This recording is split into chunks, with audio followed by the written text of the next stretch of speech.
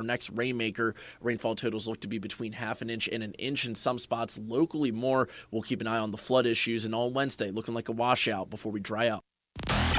Power 1017, the hottest music studios. Brought to you by Odds and Ends Smoke Shop. Locations in Delmar, Salisbury, and Seaford. Carrying the full line of top-tier DR, Dabber products, e-rigs for vaporizing, and a full range of water pipes and accessories. Visit Odds and Ends at OE420.com. All right, 7:31. It is a Taco Tuesday. You're waking up with the Bill and Jessica show. We go live to the hotline. We have a great friend of ours. Very honored to have him back on the show. Governor Wes Moore from Maryland. Welcome back. What's going on, guys? Good morning. Hi. Yes, good morning. Good morning. Great to hear from you, man. How are you?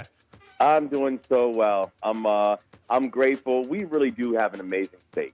Yes. We have the best state in the country.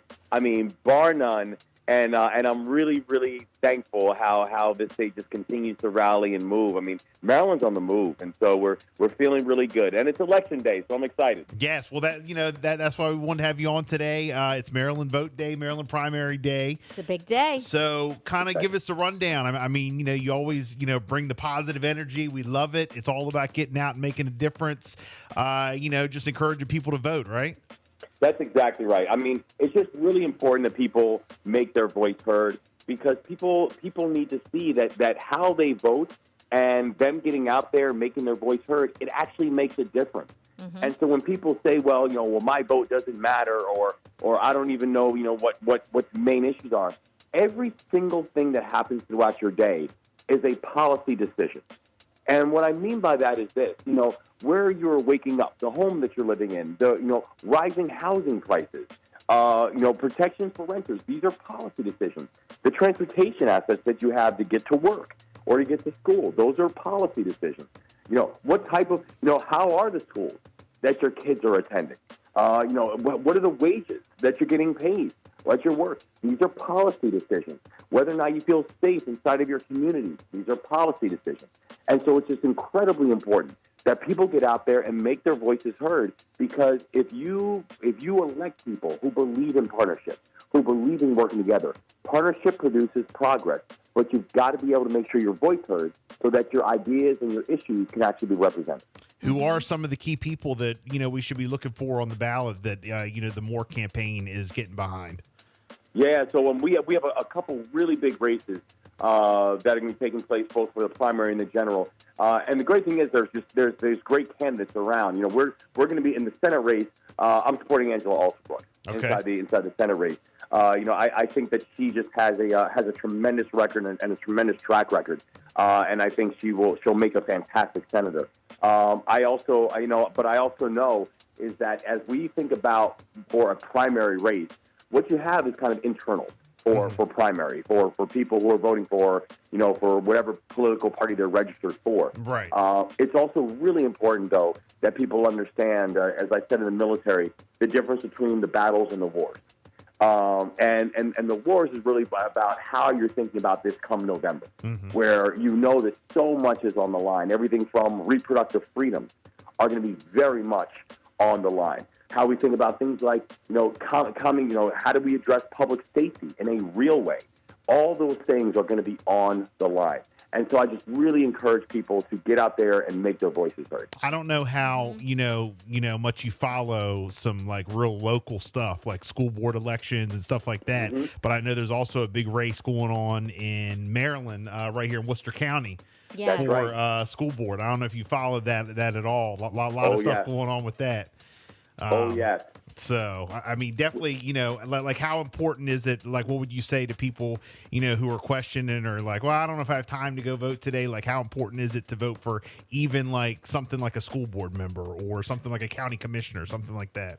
It's so crucial because you're absolutely right. I mean, people have to remember that when we're talking about elections, people sometimes think it's just presidential or statewide races.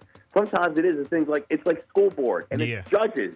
And it's things that are going to have a direct impact on your life. And in fact, in some ways, I would argue an even more direct impact on your life. Because the people who are closest, I'll tell you, the people who are closest to the challenges are oftentimes the ones who are close to the solutions. Then we need to make sure you have the right people who are actually at the table. Right. And so up and down the ballot, it becomes important that people do their homework.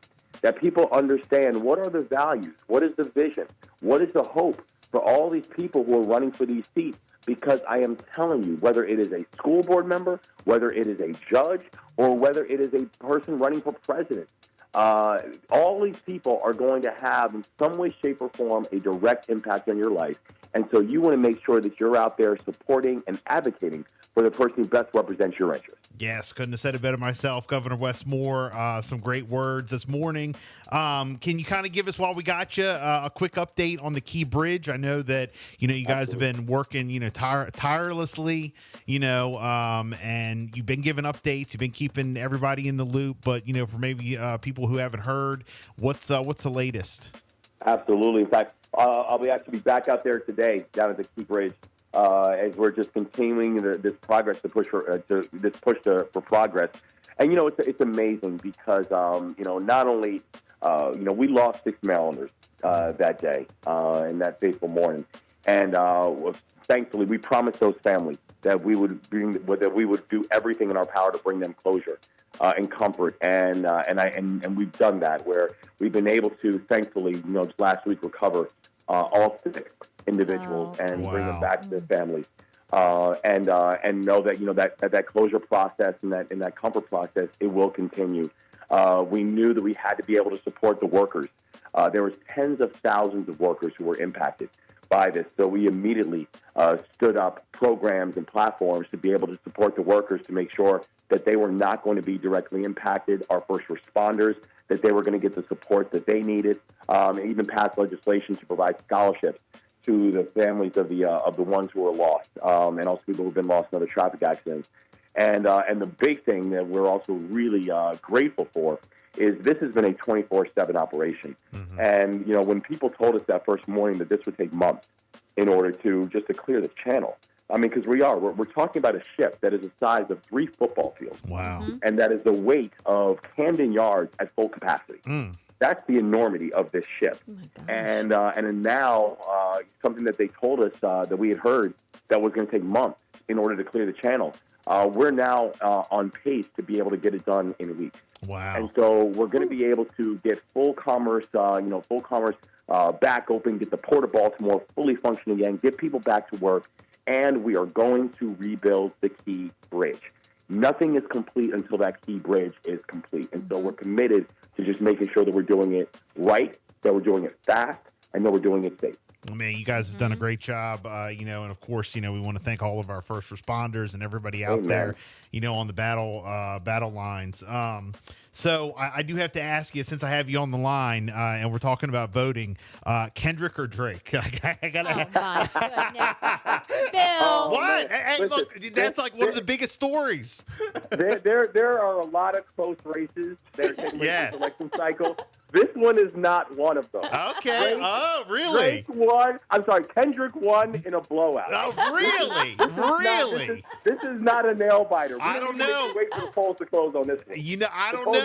Drake, apparently, Drake had it like a plant in Kendrick's camp, and he came out with them lies. He called him out on it on the last one. So I don't know. Drake might have him. I don't know, Gov.